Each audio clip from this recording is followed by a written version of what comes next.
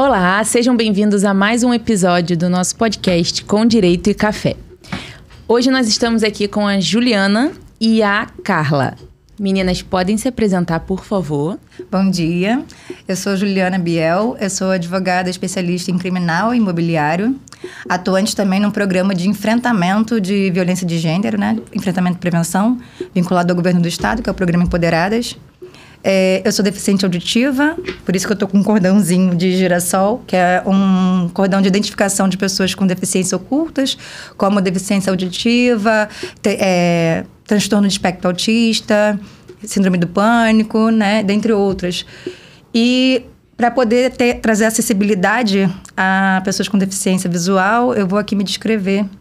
Eu sou uma mulher preta, de 40 anos, possuo cabelos cacheados, tenho 1,70 m, estou vestindo uma roupa preta, uma blusa preta, uma calça preta e um blazer caramelo. Estou sentada ao lado direito da doutora Carla, à frente da doutora Mariana e de frente para uma mesa em forma de trapézio de madeira. Bom dia, me chamo Carla Pires Lins, sou advogada criminalista. Também sou advogada colaboradora do programa Empoderadas, vinculada ao governo do estado do Rio de Janeiro. E sou membro também da ANACRIM, que é a Associação Nacional dos Advogados Criminalistas. E acompanhando aqui a doutora Juliana, também vou me autodescrever. Eu sou uma mulher branca, estou vestindo de cabelos curtos, castanhos, estou vestindo uma blusa de manga comprida preta, com uns coraçõezinhos vermelhos e rosa. Estou à esquerda da doutora Juliana e à frente da doutora Mariana. Obrigada, meninas. Hoje a nossa conversa vai ser... A Ju se apresentou, falou que é advogada criminalista e imobiliária, e a doutora Carla, advogada criminalista. Então, nós hoje vamos trazer um bate-papo voltado para a área criminal, né? Mais especificamente, vamos falar sobre a violência contra a mulher, que é a área da atuação das meninas e do projeto também, né? Do Empoderadas. Sim. Meninas, eu queria que vocês começassem falando sobre o pilar mesmo, né, das leis que envolvem a violência doméstica. E aí eu queria que vocês apresentassem pra gente o que é considerado, que eu acho que às vezes ainda pairam muitas dúvidas, né? A Ju até um dia desses postou uma caixinha no Instagram, aí ela falou assim pra mim, pode colocar o que você... A violência que você... É muito difícil uma mulher não ter sofrido uma violência. Aí eu fui acessar na memória, porque às vezes a gente passa e não percebe que passa. Então, eu queria que vocês falassem um pouquinho sobre o que pode ser considerado violência contra a mulher. Perfeita pergunta, Mariana. Hoje em dia, ainda, né, as mulheres acreditam que violência de gênero é somente a violência física, né? A Lei Maria da Penha, no seu artigo 7º, ela traz 5 violências, né? Que é a violência moral, patrimonial, sexual, física e psicológica. Só que o seu caput fala, dentre outros tipos de violência, né? A violência física é aquela violência que agride a integridade física da mulher, né? Pode ser um soco, um pontapé, um puxão de cabelo, um puxão de cabelo, um empurrão, né? Até uma vermelhidão de um tapa. A violência patrimonial é aquela em que o agressor, ele tenta retirar da mulher, manipular ela, impedindo ela de utilizar a conta bancária, de trabalhar, quebra os cartões de crédito. Isso acontece muito, né? A violência moral é quando ele tenta atingir a honra dela, seja a honra subjetiva ou objetiva, né? Xingando, eu não vou aqui replicar os xingamentos, porque eu acho que, né, pode gerar gatilhos nas pessoas que estão ouvindo. E a violência psicológica é aquela em que ele tenta diminuir a mulher enquanto mulher. Você vai sair com essa saia? Não tá muito curta, não? Mulher minha não usa batom vermelho. E daí em diante, né? Tem também a violência sexual, que, infelizmente, o recordista da violência sexual é o estupro, porque mulheres entendam, não é só porque você é casada que não ocorra estupro, né? Se você não está com vontade de ter relações sexuais com seu marido e mesmo assim ele força, ele tem relações sexuais com você enquanto você está dormindo, isso é estupro. E, dependendo do caso, pode ser até estupro de vulnerável. Vamos supor, uma pessoa que toma um remédio para dormir, ela está apagada, isso pode ser considerado estupro de vulnerável. Só que a sociedade, ela avança, né? E a tecnologia também avançou. Então, existem outras formas de violência. Tem a violência institucional, que são as violências em que a mulher ela é violentada perante as instituições que deveriam protegê-las. Por exemplo, é uma mulher que vai a uma delegacia registrar a ocorrência de uma agressão do agressor, né, vítima de violência doméstica, e ela é revitimizada. A Lei Mariana Ferrer fala sobre isso, não é? Foi o caso de uma mulher que foi... Sim. No Poder Judiciário. Justamente no Poder Judiciário, sim, né? Exatamente. Ju, tem muito... Vocês que atuam na parte criminal, né? Fazem audiência, tribunal do júri. Tem muito isso? Os magistrados, homens, né, no caso, costumam fazer isso com as figuras femininas? Infelizmente. Olha, eu te dizer, não só os homens, tá? As mulheres também. Eu imaginei. Também, eu imaginei. Né? Porque, infelizmente, a gente está inserida nessa cultura do patriarcado, do machismo, e a gente, enquanto mulher, às vezes se pega com determinados comportamentos machistas, né? Uhum. Até quando a gente julga aquela outra mulher. Ela tá ali sofrendo a violência porque ela quer, porque ela gosta, porque que ela não sai. Então, isso tudo está inserido dentro dessa cultura. Às vezes o papel de autoridade ali do magistrado ou da magistrada, acho que acaba influenciando também no... Sim, e perguntas que são recorrentes. O que você fez para ele te agredir? Mas você não vai voltar para ele? Nas audiências. Sim, na audiência, na delegacia, nos equipamentos em geral, né? Não serve de nada daqui a uns dias você tá aqui de novo pedindo para tirar a queixa. Ou então, nossa, mas essa vítima aqui, doutora, já tem um monte de violência doméstica. Só que assim, a mulher, ela pode ter assim uma dependência emocional e acabar sendo uma vítima em potencial. Só que é algo que a gente tem que abraçar no sentido de levar ela para um acolhimento psicológico, psiquiátrico, um acolhimento de roda de conversa. Porque a gente não pode revitimizar. A gente tem que acolher da melhor forma possível, né? E quando ela é revitimizada, ela não perde o direito de procurar novamente as autoridades, por exemplo. Se ela for se eu for sofrer violência doméstica, fui revitimizada, eu posso ir à delegacia novamente. Sim, eu posso fazer a ocorrência novamente. Sim, só não pode fazer a mesma ocorrência dos mesmos fatos, porque aí pode até gerar uma imputação criminal contra essa mulher, né? Uhum. Nem fazer denúncia falsa, porque é denunciação caluniosa, né? Que é crime. Um outro tipo de violência também que eu não posso deixar de falar, que é muito comum atualmente, é a violência tecnológica. É o uso de inteligência artificial, vazamento de nudes, montagens, né, de nudes e jogar na internet, a violação de dispositivos, de aplicativos da vítima. Eu ia isso.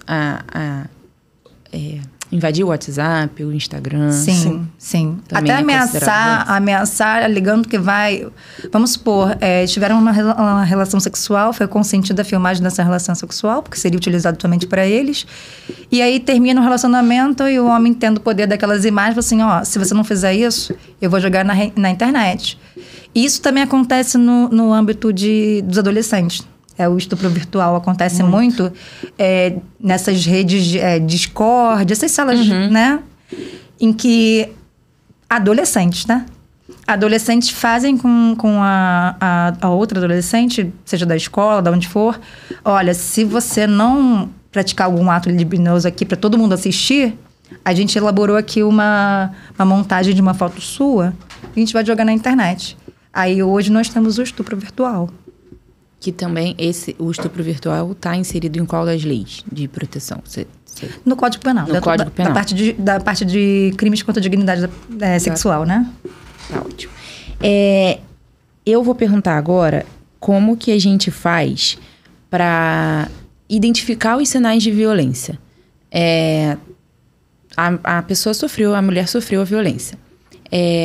Como que, se não foi visível, se não foi algo que deixou ela lesionada, né? Como que a gente pode identificar os sinais de violência e, às vezes, não só a física, por exemplo. Se a mulher estiver sofrendo sofrendo o abuso de forma emocional, de forma psicológica, de forma financeira, né? A Ju falou sobre não permitir o uso. Hoje em dia tá na moda aí a esposa troféu que estão fazendo propaganda, né? E aí se a mulher for limitada, a usar X valor, se ela for proibida de usar o cartão de crédito. Como é que a gente pode perceber esses sinais, a gente que está fora do relacionamento, né? Eu acho que os sinais geralmente são percebidos com uma mudança do comportamento natural daquela mulher, né? Geralmente, ela fica um pouco mais introspectiva, ou ela se afasta da família, até porque a violência psicológica, de um modo geral, ela se baseia muito nisso, né? Do agressor querer afastar aquela vítima da família, dos amigos, para que justamente eles não percebam. Então começa, olha, sua amiga não presta, mulher minha não anda com a Juliana, porque a Juliana não presta. Então, e quem está ali no meio, né, do convívio daquela mulher e passa a ver esse tipo de comportamento, eu acho que também a mulher, de repente, ela passa a não se autocuidar, né? Até porque o homem diz, o esmalte não é bonito, né? E aí, de repente, ela já não se maqueia, já não cuida do cabelo, já não se veste da forma como se vestia. Então, para além das marcas, eventualmente, né? Que são perceptíveis, e obviamente que a justificativa do cair da escada, eu acho que ninguém, né? Engole mais. Nem de bater de cara na porta, exatamente. Né? Então, eu acho que são esses sinais, sim, que a gente consegue perceber. Isso que a doutora Carla falou, do isolamento social que o agressor costuma fazer isso com a vítima, isso já está num grau já bem avançado, bem avançado da violência, né? São coisas sutis. Você tem uma amiga que, nossa, adora um batomzão vermelho. Do nada, ela usa aquele rosinha sem graça. Nude. Só assim, amiga, o que foi? A gente tem que prestar atenção nos sinais. Às vezes, até que a mulher que está na relação, ela não percebe esses sinais. Porque eles são manipulados, simulados como proteção. Ele fala que está protegendo. Exatamente. Eu acho que muita mulher, ela permanece naquele ambiente de violência por causa disso. Ela acha porque ela não percebe. Acha que é amor. E foi o que você disse no começo. Às vezes, a gente só vai perceber que sofreu aquela violência tempos depois. Alguma coisa ali, né, te provoca um gatilho que você fala, caramba, mas eu passei por isso. Né? E ali a mulher está inserida, não usa o batom e ela se modifica. Eu tenho cabelo curto. E quantas vezes eu já ouvi por conta do meu cabelo curto? E aí, de repente, talvez se eu tivesse um companheiro que não gostasse de cabelo curto, falasse para mim, não, mulher minha usa cabelo comprido. Ou então, você tá feio com esse cabelo curto. Sempre tive cabelo curto. Começo a namorar alguém. Não, quero cabelo comprido. Não, mas espera aí, Carla, você sempre usou curto? E mudou por quê? Então, esse tipo de comportamento da mulher, ele é bem nítido e acho que corresponde bem à questão da violência. Sim, e para a mulher que está dentro da relação, que é mais difícil para ela enxergar, né? Quem está de fora enxerga melhor.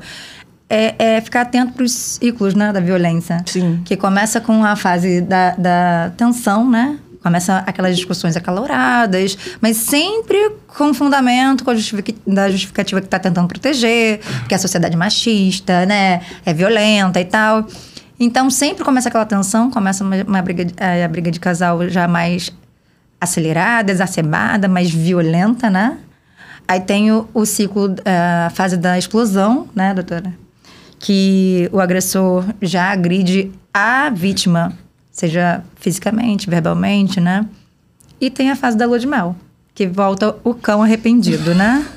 Falando, não, meu amor, nunca mais vou fazer isso, foi um caso isolado, foi a bebida. Né? E quanto, assim, quanto que vocês percebem que isso é uma repetição, assim, é regra, acontece pouco, as mulheres ele sempre volta querendo, se arrependendo, é realmente um ciclo? É um ciclo. O agressor todos os agressores têm esse tipo de comportamento. É um ciclo. Infelizmente, isso acontece.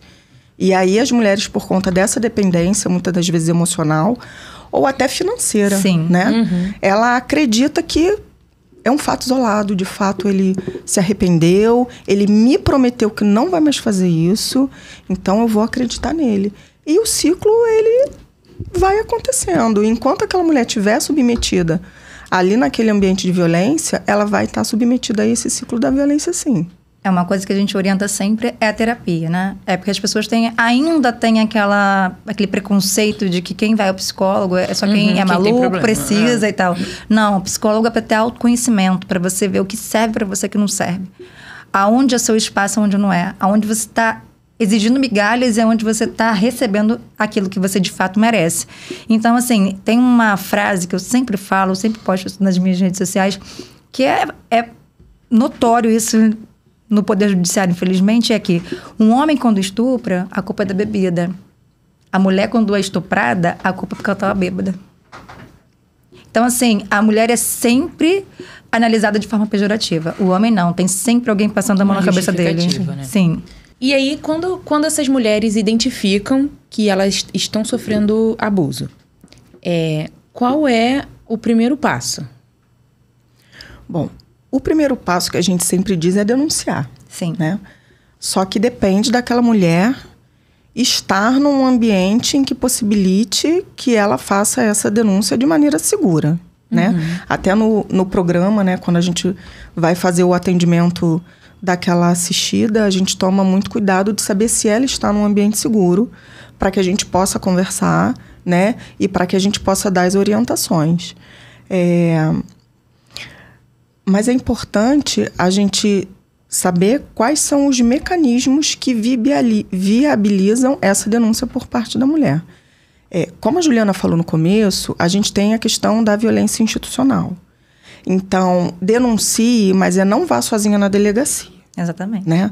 Porque, infelizmente, as delegacias e as DEANs ainda são ambientes muito hostis. As delegacias especializadas sim, também. Sim. É o que acontece. A lei fala que, quando criou as DEANs, que seria preferencialmente... teria preferencialmente mulheres, né? Como inspetoras, delegados. Mas, infelizmente, a Polícia Civil do Estado do Rio de Janeiro tem um efetivo ainda muito baixo. De mulher.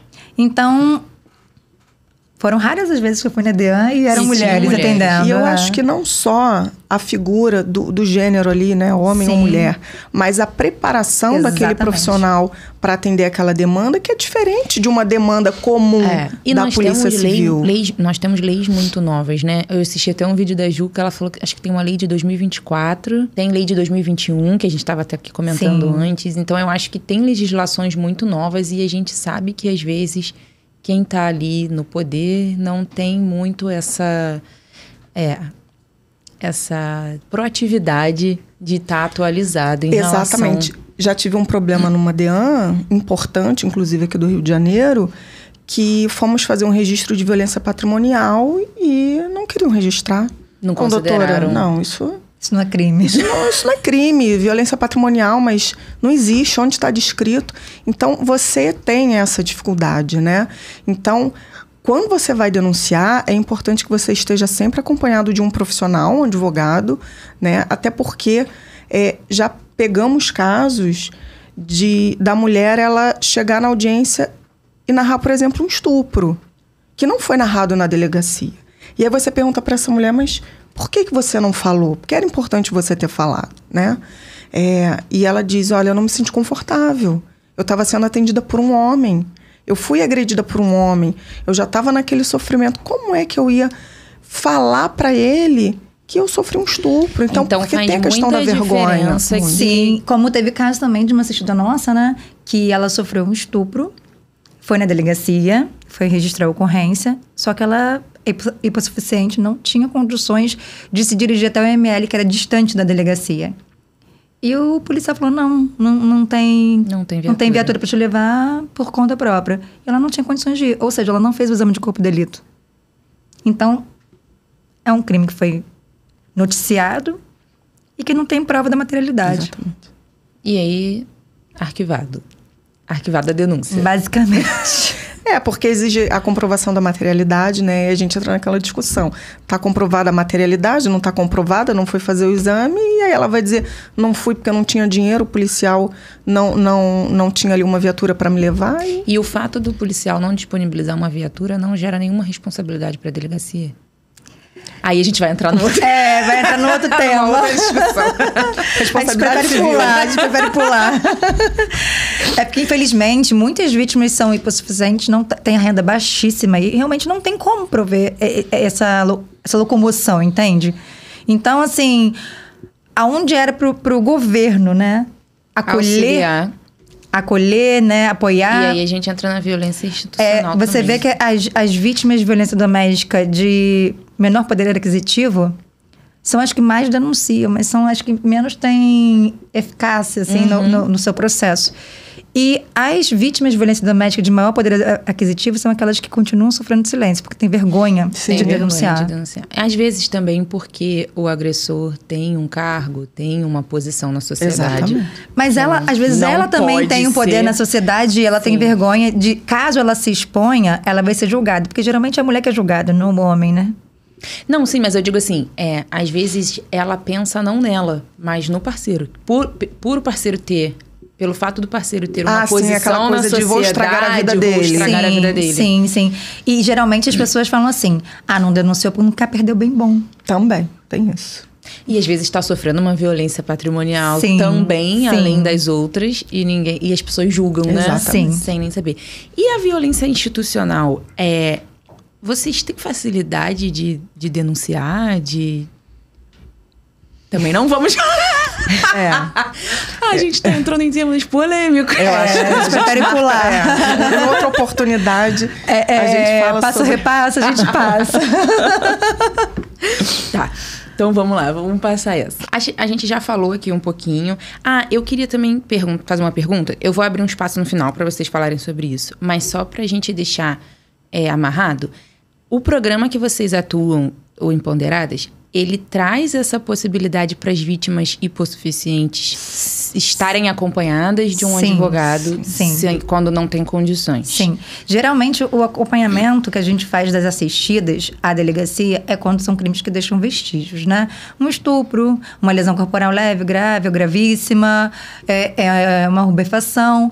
Agora, os crimes que não possuem vestígio, né? Geralmente a gente faz um registro de ocorrência online, a gente sempre pede às assistidas, façam prova, sempre façam prova do crime. Eu sei que às vezes é difícil. Eu ia perguntar isso também. A violência patrimonial, a financeira, é difícil de ir pra frente também, né? Porque por conta dessa ausência da dificuldade de provar. Sim, depende da forma como ocorreu o crime. Vamos supor, quebrou os cartões de crédito da mulher, no nome dela, tira foto, joga fora. Quebrou o computador, Quebrou o computador, exatamente. Mas eu acho que eu entendi a sua pergunta. Às vezes a violência patrimonial é no sentido de... impedir de trabalhar. Não, impedir de trabalhar ou até reter aquele ganho que a mulher tem. Sim. Né? Manipular. Exatamente. Sabe? Nesse caso é mais difícil. Por exemplo, se a mulher trabalha... você me repassa... Não é uma escolha da mulher. Por exemplo, na minha casa, quem administra a vida financeira é meu marido, porque eu sou descontrolada. Mas, assim, às vezes a mulher não tem essa opção. Não foi ela que escolheu. Acontece. Então graças a Deus, a nossa STJ, né, já entendeu que para a mulher requerer medidas protetivas, basta a palavra dela. Eu não é, isso também. Presta atenção, homens. Não é para condenação do agressor. É para requerer medidas protetivas. Então, assim, para fazer o registro, basta que eu diga que tá acontecendo. Exatamente. Entendi. Mas a gente eu acho que provas... quando essa decisão saiu, a galera julgou muito também, né? Sim. Porque falam assim... não entendem o sentido. São coisas diferentes. Assim a medida protetiva assim e o procedimento criminal. Só precisa a mulher falar e o homem vai ser acusado. Aí não é isso. Não tem a lei João da Vila, né? Falou isso, tem a lei João da Vila. Mas vamos entender uma questão constitucional. O artigo 5º da Constituição fala que todos são iguais perante a lei, independente de raça, etnia, gênero, né? Que a gente não pode mais falar de sexo, a gente fala de gênero. Só que nós temos grupos, apesar de quantitativamente serem maioritários, qualitativamente são minoritários, como as mulheres, as pessoas com deficiência, a comunidade LGBTQIA+. Então, assim, tem a necessidade de políticas públicas para transformar essa igualdade, materialmente falando, equitativa. Então, assim, você não... Quantas mulheres você vê agredindo o marido? Pouquíssimas.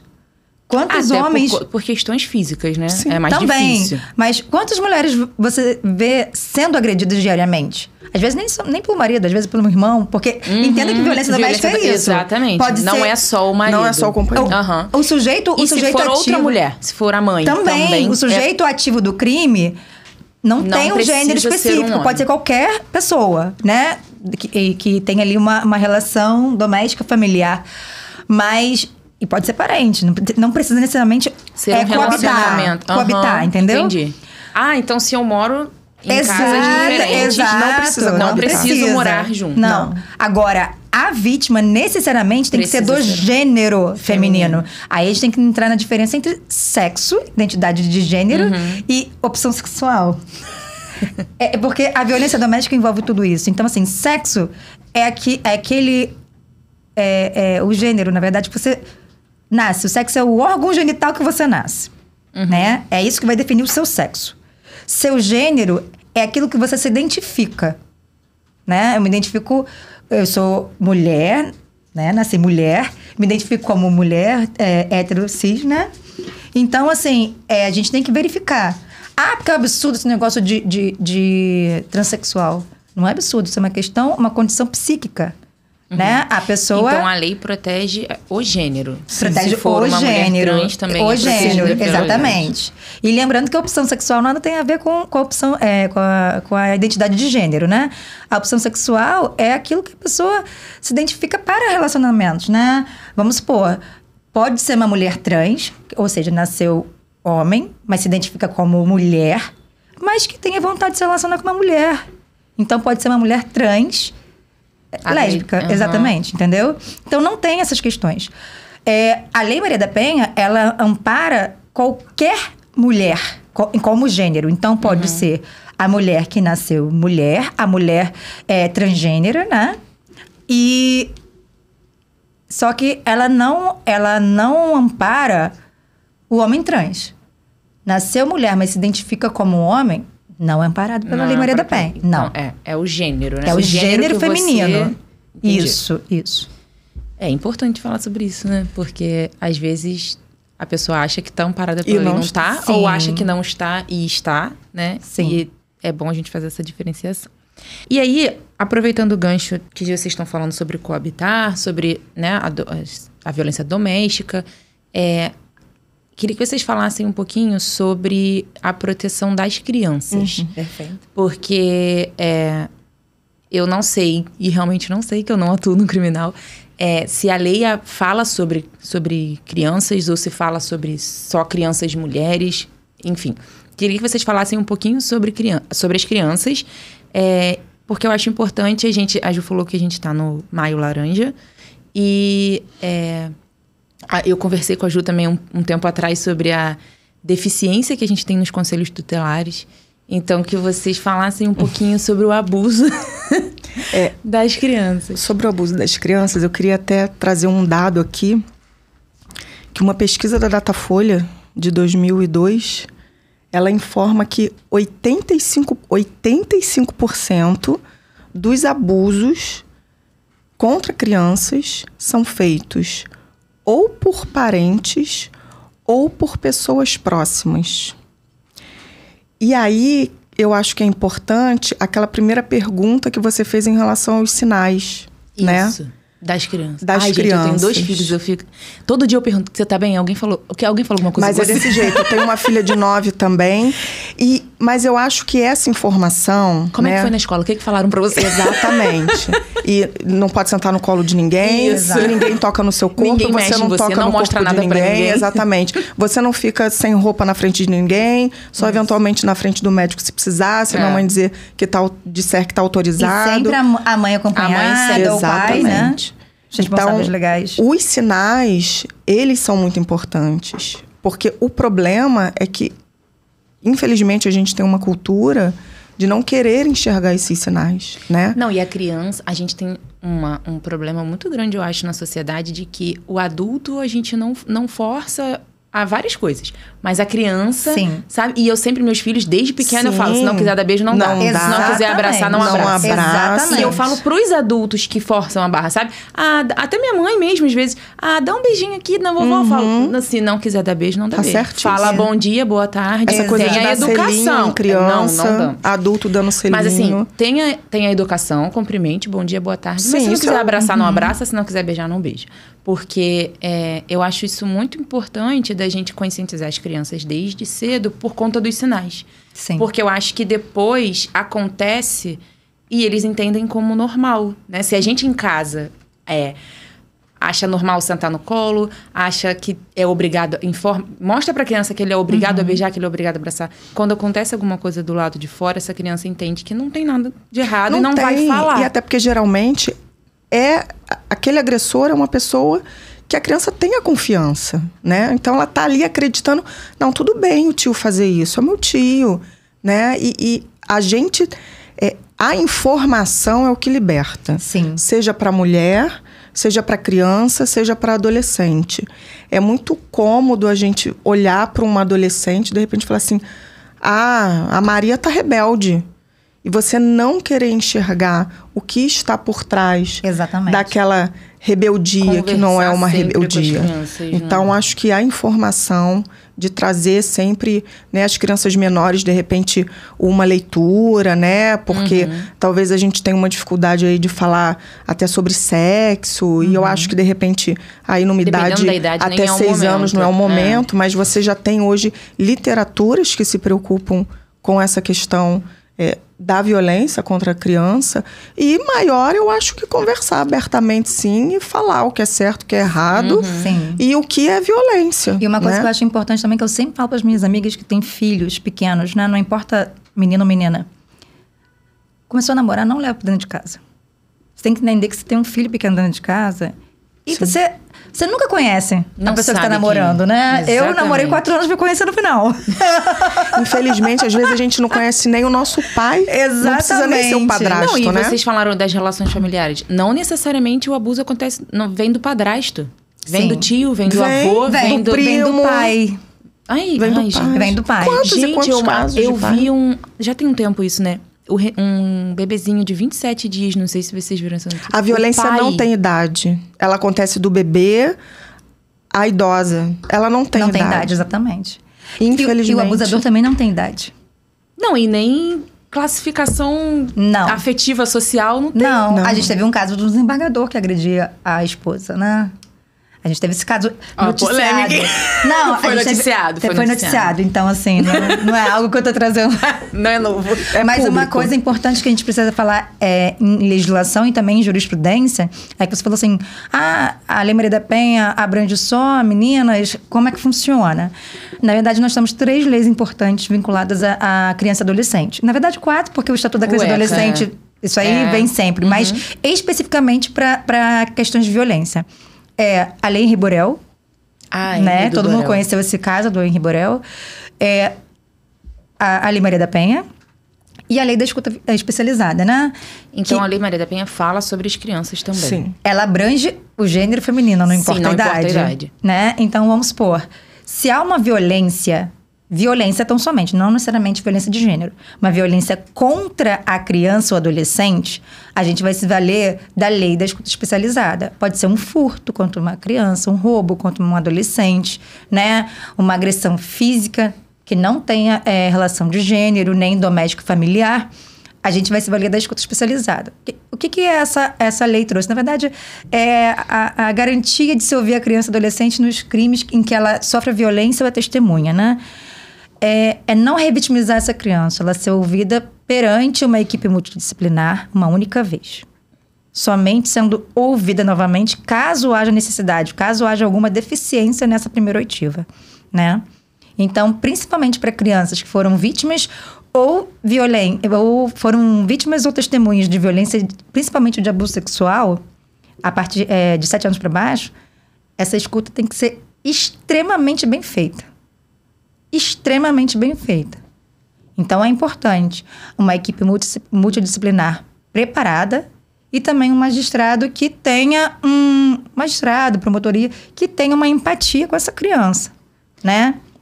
Eu sei que eles têm que ser técnicos nas perguntas, mas que tenham empatia, porque é uma criança que a gente está lidando, mínimo de tato, né? também com criança, né? Sim.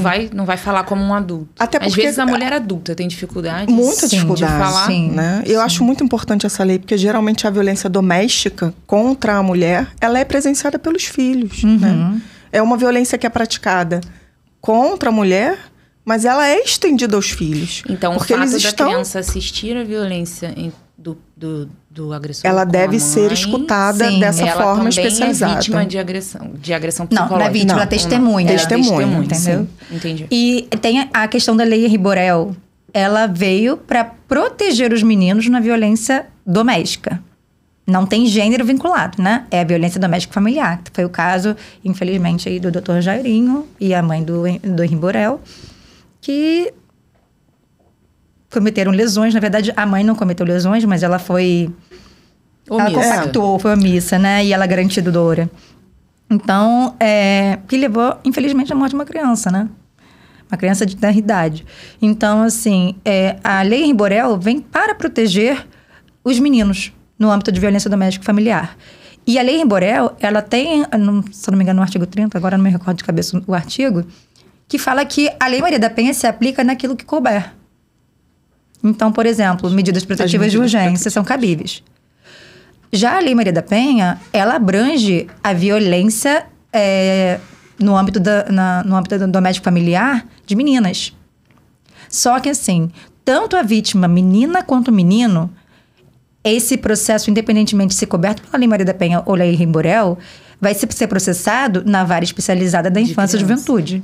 Caso não haja vara especializada, a menina vai para a violência doméstica. Só que a jurisprudência também estendeu aos meninos. A questão da violência doméstica. Por ser... porque sempre procura a mais especializada possível. Em último caso, que vai para uma vara criminal. Aí, nesse caso, se não for... se não der para utilizar a lei em Riborel, aí usa da violência doméstica. No caso dos meninos. Na verdade, a lei que se aplica aos meninos é em Riborel. A competência do órgão para julgar, processar e julgar, aí que vai ser a vara da infância e juventude, ou então a competência o juizado de violência doméstica. Exatamente. Sim. E a gente, em relação à denúncia sobre essas crianças, né? Qualquer pessoa pode fazer essa denúncia? Qualquer pessoa, inclusive anônima. O governo federal disponibiliza o 180, né? Sim. Então, você pode... Obviamente, com uma denúncia através do 180... O 180 é só para criança? É. E o 100 para mulheres? Isso.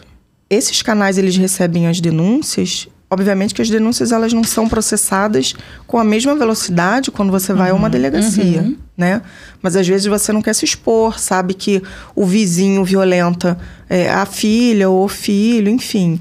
E aí você pode fazer uma denúncia anônima através do 180. E temos que falar também que é obrigação das instituições escolares, né? Das instituições educacionais, do conselho tutelar e do síndico do condomínio, caso a pessoa reside no condomínio. Desde a Covid, né? Desde 2020. Exatamente. Ele é obrigado. De fazer essa notícia... Então, é obrigação. É obrigação, sob pena de responder civil e criminalmente. Então, se uma escola acolhe uma criança com sinais claros de agressão e não faz a denúncia, ela pode responder. Na verdade, ela vai ter que fazer uma comunicação para o conselho tutelar, fazer o estudo de caso daquela criança e verificando que ali, de fato, há uma violência... Aí tem que chamar o representante legal. Se não for o representante legal que está cometendo violência, que acontece isso, aí ela fazer a denúncia. E caso a escola perceba que o representante que ela chamou é o agressor? Ela não pode chamar. Ela tem que chamar uma outra pessoa ou ela pode fazer a denúncia? Aí ela vai comunicar para o conselho tutelar, porque o conselho tutelar vai ver a possibilidade de retirada dessa criança do poder familiar ali. Isso. Temporário, óbvio, porque o conselho tutelar não retira o poder familiar de ninguém, quem retira é o juiz. Mas levar ela para uma família substituta ou uma instituição de acolhimento. Certo. E aí vocês podem falar então um pouquinho... Se já não for isso que a gente falou, sobre o que propõe o Maio Laranja. Maio Laranja... A proposta do Maio Laranja. Carla? Na verdade, é a conscientização. De tudo isso que a gente já falou aqui. Relativa às questões dos abusos cometidos contra crianças e adolescentes, né? Mais especificamente os abusos sexuais, porque o estupro de vulnerável, ele é recorrente. A cada 1 hora, né? 1 hora não, cada 1 minuto, falei besteira, 1 hora. A cada 1 minuto, 8 crianças são estupradas. Exatamente. 8 crianças e adolescentes são estupradas, né? Porque A cada 1 minuto, 8 crianças? E olha, casos Então, tem uma notificados, criança sendo tá? estuprada agora. Imagine Casos os casos que notificados, não são. exatamente. A gente tem subnotificação, Sim, obviamente. inclusive disso. o Programa Empoderados faz roda de conversa, workshops em escolas, né? Escolas geralmente da rede pública, mas também faz particular. E algumas crianças chegam pra gente ao final falando assim: tia, posso falar com você? E aí, qual é o procedimento? A gente tem que ouvir, a gente leva para a direção do colégio, porque a gente não pode simplesmente pegar aquela criança e registrar a ocorrência, porque nós não somos representantes legais dela. Então, a gente informa a direção, verifica com a nossa assistente social de levar o caso também para o conselho tutelar. Mas só que tem crianças que falam assim: por favor, não leva para o conselho tutelar. Eu não quero de novo ser trocado de família. É muito triste. É muito triste. É muito triste. Então, tem crianças que já foram retiradas do ambiente familiar, passado para outro. Sim. E o abuso continua. E o abuso continua por outras pessoas. Meu Deus do céu. Infelizmente. E assim, eu já ouvi relatos que falam assim: Juliana, como é que você tem estômago para isso? Eu falo assim: eu tenho estômago porque eu justamente não quero que essas crianças sofram isso de novo. Eu não teria estômago se eu ouvisse tudo isso e ficasse quieta. Ficasse calada. E então o procedimento para comunicar, né, o abuso contra crianças é primeiro, se eu não for, tirando o caso da escola, né? Eu tenho que ligar para o 180 ou para o Conselho Tutelar. Pode ir direto numa delegacia especializada também de crimes contra criança e adolescente. Exatamente. E aqui no Rio a gente tem? Se eu não me engano, aqui no centro do Niterói tem. Em cima da 76. Porque na 76 tem a especializada da criança e adolescente e tem a DEAN também. Eu sabia que tinha a DEAN ali. Tem especializada. Tem. Caso tenha dúvida se tem especializada ou não tem, o site da Polícia Civil, ela traz, né, as delegacias especializadas, os endereços. Agora, lembrando que você pode fazer a denúncia em qualquer delegacia. Sim. Em não havendo a especializada... Qualquer delegacia. A gente orienta a especializada pela questão da escuta, porque geralmente especializada tem que ter um psicólogo, né, uma assistente social. E a delegacia especializada para crimes contra criança e adolescente tem essa questão da escuta que você falou, da legislação, que tem que ter uma escuta especializada. Nessas delegacias a gente encontra, ou nem sempre? Nem sempre. É para encontrar, né? O correto seria encontrar, mas nem sempre encontra, infelizmente, por conta da questão do quantitativo, tá? Eu entendo que a Polícia Civil do Estado do Rio de Janeiro está com um quantitativo muito baixo. Tanto que agora acho que está para se formar a segunda turma pela Cadepol num concurso passado, entendeu? Então, assim, realmente o quantitativo é muito baixo, infelizmente. E a gente sabe que a gente também tem baixas diárias, infelizmente, por questão de homicídio e tudo mais. Essa questão do sistema de justiça criminal, a gente sabe que tem, assim, é importante a gente esclarecer, tem muito a melhorar, tem as suas deficiências, tem as suas questões, mas a gente vê na prática que funciona dentro das suas limitações. Então, assim, é importante denunciar, é importante não se calar. É importante procurar um profissional que possa te ajudar, né? Que possa te acompanhar dentro de todos esses órgãos aí, dentro de todo esse sistema, porque a gente hoje tem, de fato, mecanismos que são eficazes no combate da violência, seja contra a mulher, seja contra a criança. Eu acho importante, gosto muito sempre de falar e elogio muito um trabalho feito pela Polícia Militar, que é a Patrulha Maria da Penha, né? Que sempre somos muito bem acolhidas quando necessitamos delas. Muito bem acolhidas. E a tem um canal específico para acionar ou direto na delegacia? Né? 190. 190, Mas geralmente a Patrulha Maria da Penha ela vai atender aquelas mulheres que estão com a medida protetiva. Por isso que é importante fazer o registro, é importante requerer as medidas protetivas, e hoje em dia você pode fazer isso sem sair de casa. Exatamente. Né? Você pode fazer o registro de ocorrência, óbvio. Se não for crime que deixe vestígio, né? Você pode fazer o registro de ocorrência online. né? Você pode requerer as medidas protetivas de forma online, pelo Maria da Penha Virtual, no site do TJ. A gente já tinha começado aqui quando vocês comentaram que agora a gente pode ligar para... a gente estava falando da lei do sinal vermelho, né? E eu acho que a gente pode falar um pouquinho disso também. Existem sinais, a lei do sinal vermelho fala sobre os sinais que a gente... Na verdade, a lei do sinal vermelho fala sobre o sinal vermelho, que é aquele X vermelho na mão. Mas hoje em dia nós temos esse sinal de socorro, né? Nós temos... você pode ligar para o 190, para a polícia militar, falar, quero pedir uma pizza. Eles vão entender que você está sofrendo uma violência, ou iminência de sofrer aquela violência.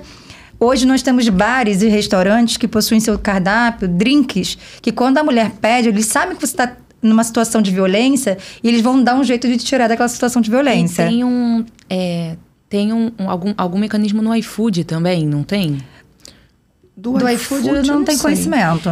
Eu vi em algum... Não foi meio da polícia mesmo, Vou né? até Vi pesquisar. na internet, mas que é interessante. Já vi casos da mulher fazer o pedido e ela pode escrever ali, pode né? escrever. Ela pode escrever nas observações. Como a gente também pode fazer um Pix para uma pessoa de R$1 e colocar no Pix, entendeu? Gente, eu nunca leio o que vem escrito quando a pessoa faz, mas é importante ler. Pronto. Gente, todo mundo lendo a observação do Pix. E uma coisa que eu tenho que trazer, desculpa, vou trazer ela vai fazer propaganda no Botafogo, gente. Você é botafoguense, né, favor. gente? Eu vou fazer a propaganda no Botafogo, não tem como não fazer. Porque eu acho que todos os times de futebol no Brasil deveriam abraçar a causa e o Botafogo, ele veio à frente sim, né?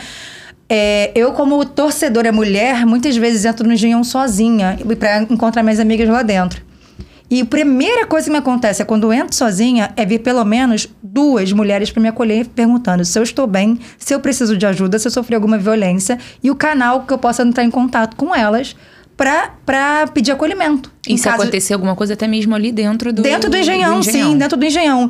E dentro do banheiro feminino tem também o canal para você se conectar a elas. Então, assim, times de futebol do Brasil, vamos fazer campanha sim dentro dos seus estádios, porque infelizmente ocorrem muitos casos de violência. Como teve um caso infeliz de um torcedor do Palmeiras, se eu não me engano, que mostrou o membro para torcedoras do time adversário. Ele foi identificado e o Ministério Público já tomou as providências. Inclusive, o Ministério Público do Estado do Rio de Janeiro está dentro dos estádios, né? Para verificar questões de racismo. Isso. Ministério Público, podemos também ver questões de violência de gênero, né? E eu vi também que a gente tem... Foi no seu vídeo também. Que a gente tem uma lei agora que protege a importunação sexual. Não estava no roteiro. Na verdade, a lei de importunação sexual, ela veio desde aquele caso do ônibus de São Paulo, né? 2015, salvo engano. 2018. Eu fiz dever de casa. Em que um homem ejaculou no pescoço de uma professora. E essa lei é um pouco mais antiga. Nós temos hoje, mais recente, é a lei do antifeminicídio, né? Antes o feminicídio, ele era considerado um homicídio qualificado, né? O que isso significa para os leigos? Era um homicídio com uma pena mais grave. Hoje, o feminicídio é um crime... Ele entrava no rol do homicídio qualificado. Isso. Era uma qualificadora. Exatamente. Era um tipo de homicídio qualificado. Hoje, o feminicídio é um crime autônomo, com uma pena mais severa, né? De 20 ou 40 anos. É uma pena bem mais severa. E, queridos... uma conversa com vocês. O feminicídio, na verdade, qualquer crime de violência doméstica, violência de gênero, uma das medidas extrapenais da pena, da condenação, é a perda do cargo, emprego ou função pública. Tá tentando concurso público? Tchau, hein? Então, vamos pensar, né, nas questões... Perde também o poder familiar, porque também teve uma alteração no Código Civil em que a mulher que foi vítima de violência doméstica, ela pode ter a guarda unilateral da criança. Então, a lei do feminicídio, ela altera várias legislações. Sim, só corrigindo. Perde poder familiar se vier um processo de perda de poder familiar. Porque a guarda unilateral não tem nada a ver com perda de poder familiar, né? E a lei do feminicídio veio alterar várias legislações. Sim. E aí, a gente estava conversando antes... que a lei Maria da Penha, então, ela não tipifica os crimes. Isso é a lei do feminicídio que faz. Na verdade, assim, a Lei Maria da Penha, ela descreve qual é o tipo de violência. O que a gente falou lá E no traz começo. garantias, né? Sim. Que são as Isso. medidas protetivas e tudo mais. E aí, com a evolução da lei, ela começa a ter, né, dentro do seu rol de crime, um único crime que é o descumprimento da medida protetiva. Que também teve um aumento de pena com a lei do antifeminicídio. E em relação à medida protetiva, né, falando da alteração de lei, a gente vai lembrando, acho importante dizer que agora, concedida a medida protetiva, pode ser determinado também o monitoramento eletrônico daquele agressor. Sim, é uma lei recente. Recente, então assim, antigamente... E já tive notícias de aplicação da lei aqui no Rio de Janeiro, Inclusive, eu vou abrir um parênteses aqui, perdão. A gente foi numa audiência de uma assistida nossa, que a soltura dele, do agressor, foi concedida as medidas protetivas com monitoramento. A gente chegou na audiência, ele não tinha colocado monitoramento. Ainda bem que a gente falou para nossa assistida, fica num lugar seguro, sigiloso, que ninguém vai saber onde você tá. E ela fez isso, porque ele foi onde ela morava. Olha, e tava sem monitoramento. Tava sem monitoramento. A primeira coisa, quando a gente chegou que olhou... no corredor do fórum, tá sem tornozeleira eletrônica. Vamos falar com a juíza. Falamos. Aí a gente vai voltar ao começo, né? Aí daí não interessa Daí mais. Mas só... Daí é outro tema. É outro tema, A gente então volta outro também. dia. Essa alteração legislativa, ela possibilita, né, a concessão das medidas protetivas com monitoramento eletrônico e ainda o botão de pânico para a Sim. vítima. Ai, que né? legal.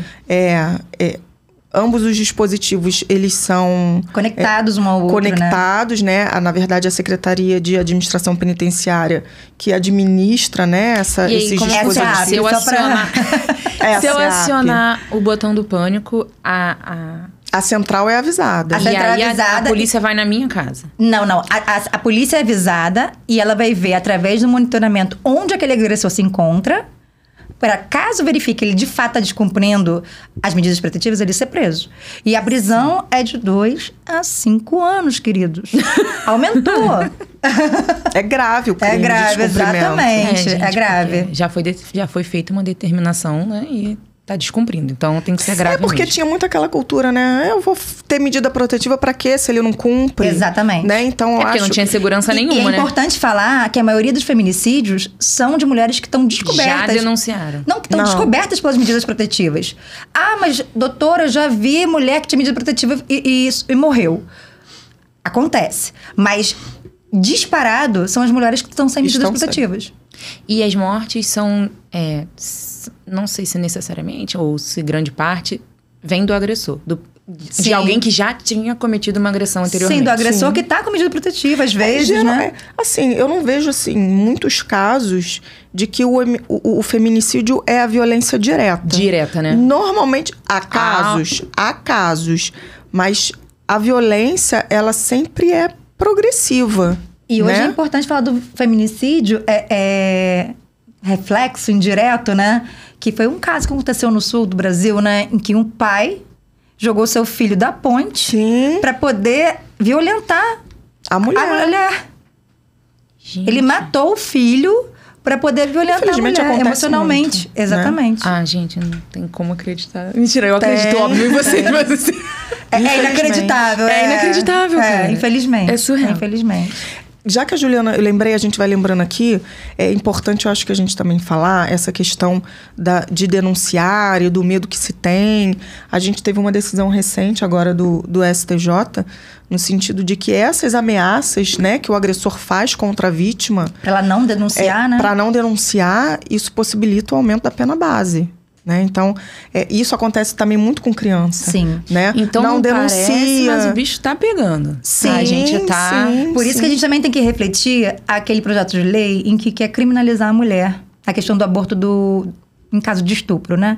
Uhum. Pensem, a maioria dos estupros são de vulneráveis. Geralmente, crianças. Crianças é de 0 a 12 anos incompletos. Uhum.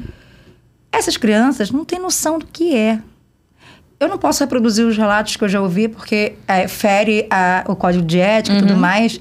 Mas, assim, a criança não entende o que é aquilo. Ela entende a dor, mas ela não entende O que aconteceu. o quão inapropriado aquilo é. E, geralmente, essas crianças não falam justamente porque o agressor fica... Se falar pra sua mãe, se falar pro seu pai, eu vou matar eles. Ela não fala que vai matar a criança. Fala que vai matar os pais. Geralmente é assim. E aí, quando se descobre que essa criança foi violentada, ela já tá com a gravidez avançada. E aí você vai criminalizar?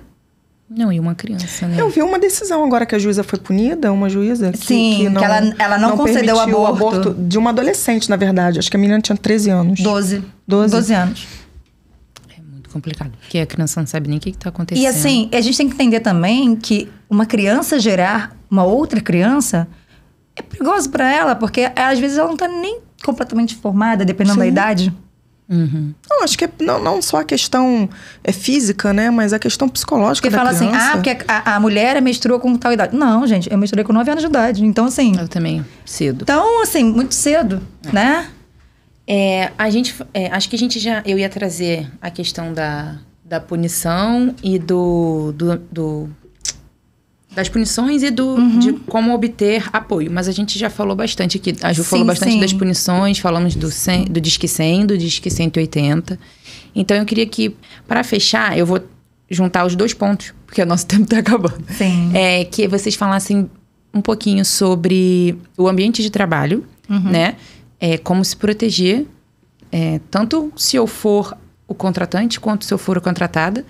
E aí, para finalizar, para fechar, vocês já podem também falar um pouquinho sobre o projeto que vocês trabalham, convidar, né, para quem quiser. No ambiente de trabalho, a gente tem que ficar atento tanto ao assédio moral e ao assédio sexual. A diferença o assédio moral é do superior hierárquico para o inferior hierárquico.